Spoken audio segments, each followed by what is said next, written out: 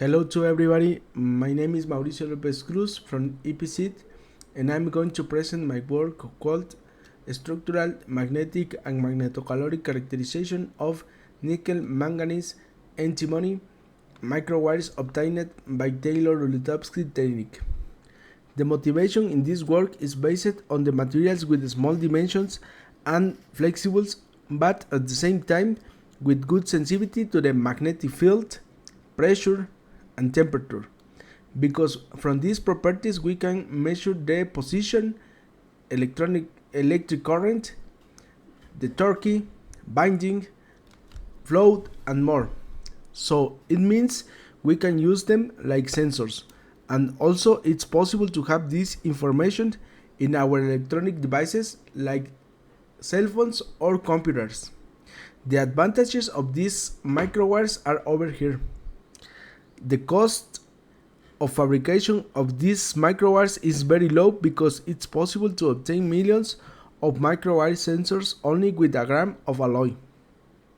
Also, they are flexible enough to set in different forms and in several instruments.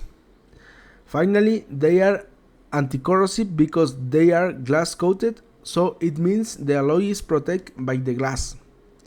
In order to carry out this project, we prepared the bulk sample by arc melting to obtain nickel, manganese, and antimony with this composition, and then glass coated were obtained by Taylor-Ulitovsky technique. These were the characterization techniques to study these samples. We use XRD, SEM, and PPMS with BSM options.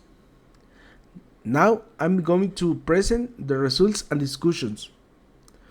As you can see, figure 1 letter A displays the X-ray diffraction patterns at room temperature of the microwires, and we compare it with the corresponding bulk sample. The microwire sample only present the cubic L21 type corresponding to the high temperature austenitic phase, whereas bulk present the same cubic phase but also two secondary phases more, that they are shown in this part. Figure 2 shows typical SEM micrographs at different magnetifications of prepared microwires. Figure 2 letter A depicts their typical lateral view. They showed a uniform core diameter of about 130 micrometers and a total average diameter of 250 micrometers. Figure 2b shows a typical EDS spectrum with the corresponding starting elements. And finally, figure 2 letter C exhibits the cross-sectional and surface view of the microwires as microstructure. The inset in the letter C zooms into the grain structure at the surface, which resembles branch layers. Figure 3 displays the comparison between thermomagnetic curves of bulk and microwires on heating and cooling. As you can see in the figure 3 letter A, we can see that it demonstrates that the rapid solidification of the Taylor-Ulitovsky technique decreases the magnetostructural transition temperature at around 40 Kelvin. However, the Curie temperature keeps around 332 Kelvin. Notice that at 2 Teslas the magnetization change for microwires is higher than bulk sample. We can confirm it in the figure 4, which shows the magnetic hysteresis loop measured at different temperatures.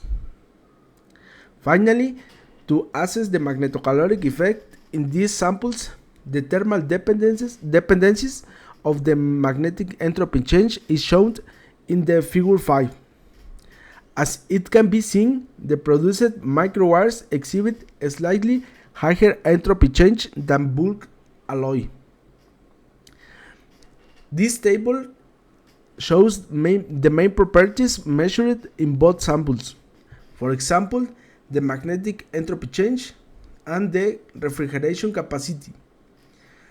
In conclusion, this work demonstrates the feasibility of producing microwires of nickel manganese antimony, which exhibit better magnetic properties than bulk alloys.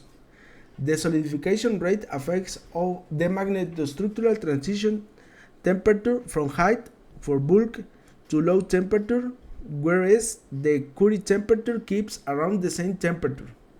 Microwires exhibit a higher magnetization jump in comparison with the precursor bulk alloy, which help to obtain a higher magnetocaloric effect.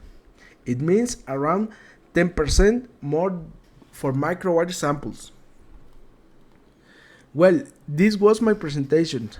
Thank you very much for your interest in my work, and don't forget, if you have any questions, you can contact me by Huba or by my email. Thank you very much.